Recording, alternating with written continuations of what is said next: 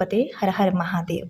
प्रिय भक्तगणों, हिंदू सनातन धर्म में हरितालिका तीज व्रत को सबसे कठिन और सबसे फलदायी व्रतों में एक माना जाता है, जिसे सुहागिन माताएं बहनें पति की लंबी उम्र के लिए तथा कुंवारी कन्याएं यह व्रत अच्छे सुयोग्य वर के कामना से रखती हैं। यह व्रत अखंड सुहाग तो देता ही है, साथ साथ अपार धन संपत्ति, सुख सौभाग्य, परिवार में खुशहाली भी लेकर आता है। इस व्रत को करने से निश्चित रूप से मनोकामनाएं जल्द ही पूर्ण हो जाती हैं। यह व्रत भाद्रपद माह के शुक्ल पक्ष की तृतीया तिथि पर मनाया जाता है। का व्रत कथा शिव जी ने ही माता पार्वती को सुनाई थी। शिव भगवान ने इस कथा में मां पार्वती को उनका पिछला जन्म याद दिलाया था। शिव जी कहते हैं, हे गौरा, पिछले जन्म में तुमने मुझे पाने के लिए बहुत छोटी उम्र में कठोर तप और घोर तपस्या की थी। तुमने ना तो कुछ खाया ना ही पिया, बस हवा और सूखे पत्ते चबाए।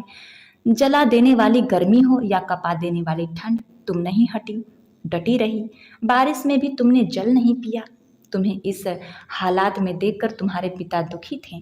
उनको दुखी देखकर नारद मुनि आए और कहा कि मैं भगवान विष्णु के भेजने पर यहाँ आया हूँ। वह आपकी कन्या से विवाह करना चाहते हैं। इस बारे में मैं आपकी राय जानना चाहता हूँ। नारद जी की बात सुनकर आपके पिता बोले, अगर भगवान विष्णु यह चाहते हैं तो उन्हें कोई आपत्ति नहीं, परंतु जब तुम्हें इस विवाह के बारे में पता चला तो तुम दुखी हो गई। तुम्हारी एक सखी ने तुमसे दुख का कारण पूछा तो तुमने कहा कि मैंने सच्चे मन से भगवान शिव का वरण किया है, किंतु मेरे पिता ने मेरा विवाह विष्णु जी के साथ तय कर दिया है। मैं विचित्र धर्म संकट में हूँ। अब मेरे पास प्राण त्यागने के अलावा कोई और उपाय नहीं बचा। तुम्हारी सखी बहुत ही समझदार थी। उसने कहा, प्राण छोड़ने का यह कारण ही क्या है? संकट के समय धैर्य से काम लेना चाहिए। भारतीय नारी के जीवन की सार्थकता इसी में है कि जिसे मन से पति के रूप में एक बार वरण कर लिया, जीवन पर्यंत उसी से निर्वाह करे। मैं तुम्हें घनघोर वन में ले चलती हूँ, जो साधना स्थल भी है और जहाँ तुम्हारे पिता तुम्हें खोज नहीं पाएंगे। मुझे पूर्ण विश्वास है, ईश्वर अवश्य ही तुम्हारी सहायता करेंगे।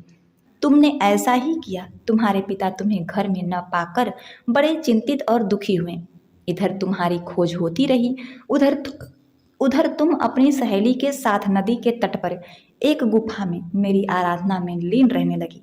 तुमने रेत के शिवलिंग का निर्माण किया। तुम्हारे इस कठोर तपस्या के प्रभाव से मेरा आसन हिल उठा और मैं शीघ्र ही तुम्हारे पास पहुंचा और तुमसे वर मांगने को कहा। तब अपने तपस्या के फलीभूत मुझे अपने समक्ष पाकर तुमने कहा, मैं आपको सच्चे मन से पति के रूप में वरण कर चुकी हूँ। यदि आप सचमुच मेरी तपस्या से प्रसन्न होकर यहाँ पधारे हैं तो मुझे अपनी अर्धांगिनी के रूप में स्वीकार कर लीजिए। तब तथास्तु कहकर मैं कैलाश पर्वत पर लौट गया। उसी समय गिरिराज अपने बंधु बांधवों के साथ तुम्हें खोजते हुए वहां पहुंचे। तुमने सारा वृत्तांत बताया और कहा कि मैं घर तभी जाऊंगी अगर आप महादेव से मेरा विवाह करेंगे। तुम्हारे पिता मान गए और उन्होंने हमारा विवाह कराया।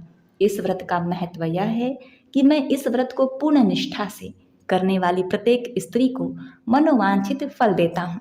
इस पूरे प्रकरण में तुम्हारी सखी ने तुम्हारा हरण किया था, इसलिए इस व्रत का नाम हरितालिका व्रत हो गया।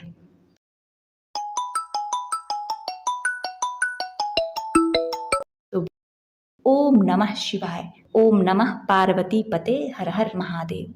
प्रिय भक्तगणों, उम्मीद करती हूँ आज की हमारी यह हरितालिका की संपूर्ण जानकारी आपको बहुत ही पसंद आई होगी। तो आप हमारे चैनल को सब्सक्राइब, वीडियो को